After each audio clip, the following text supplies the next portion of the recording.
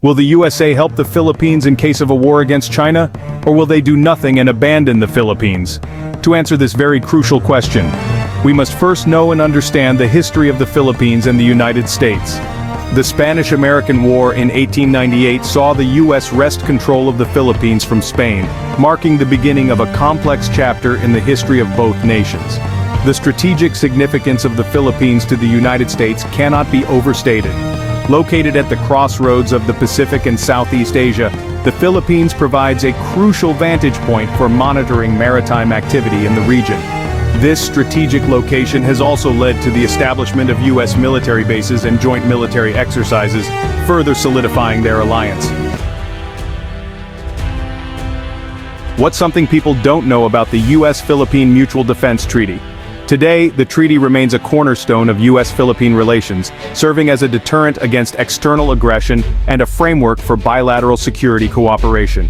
Historian, this commitment to mutual defense is not merely symbolic. It is backed by decades of joint military exercises, intelligence sharing and capacity-building initiatives. The treaty's significance extends beyond its military aspects. Historian, the treaty's provisions are not without their ambiguities. The phrase "in the Pacific area" has been subject to varying interpretations, raising questions about the geographic scope of the treaty's commitments.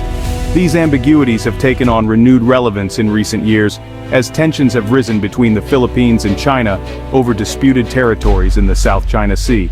I'm sure you've heard the news. Both situations involve a powerful state challenging the territorial integrity of a smaller neighbor, raising fears of a wider conflict.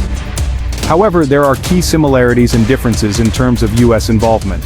In Ukraine, the U.S. has provided significant military aid and diplomatic support to counter Russian aggression. Unlike Ukraine, the Philippines is a treaty ally of the United States, bound by a mutual defense pact that could compel American involvement in the event of a Chinese attack. Geopolitical analyst.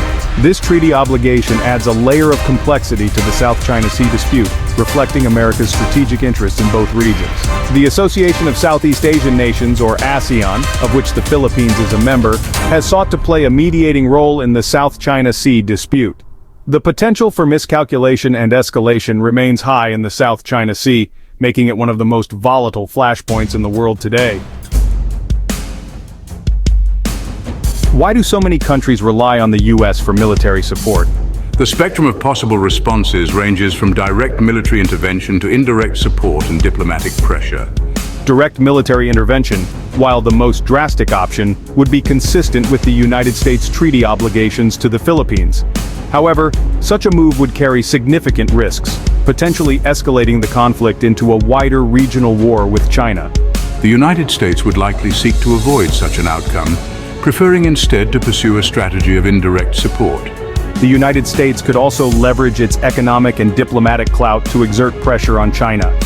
Economic sanctions, diplomatic isolation, and condemnation through international forums could be used to raise the costs of Chinese aggression.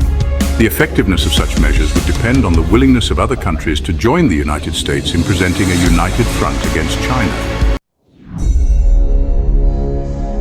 Gauging American appetite for intervention is crucial. Public opinion is a powerful force. If the American people are largely opposed to military intervention, it would be politically challenging for any administration to commit to direct military action. Conversely, if there is strong public support for defending the Philippines, the government may feel compelled to take a more assertive stance. Historical precedents show that public opinion can shift rapidly, especially in response to new developments or perceived threats. It's also worth noting that the economic and human costs of military intervention would be a significant consideration. The American public would need to weigh the potential benefits of defending an ally against the risks and sacrifices involved. So the answer to the question earlier, will the U.S. help the Philippines against China? The answer is yes. But if you manage to understand the whole point of this video, is that it's to make you understand that there are a lot of things to be considered. The strategic interests of the United States in the Asia-Pacific region are multifaceted. Ensuring the security of allies, maintaining freedom of navigation, and countering Chinese influence are all critical objectives. The United States would need to carefully weigh its options, considering both the immediate and long-term implications of its actions. Diplomatic efforts, economic measures, and military strategies would all need to be coordinated to achieve a coherent and effective response. Collaboration with international partners would also be crucial in presenting a united front and maximizing the pressure on China. In the end, the United States' approach to a conflict between the Philippines and China would reflect a careful calculation of risks and rewards, guided by both strategic imperatives and the broader geopolitical landscape.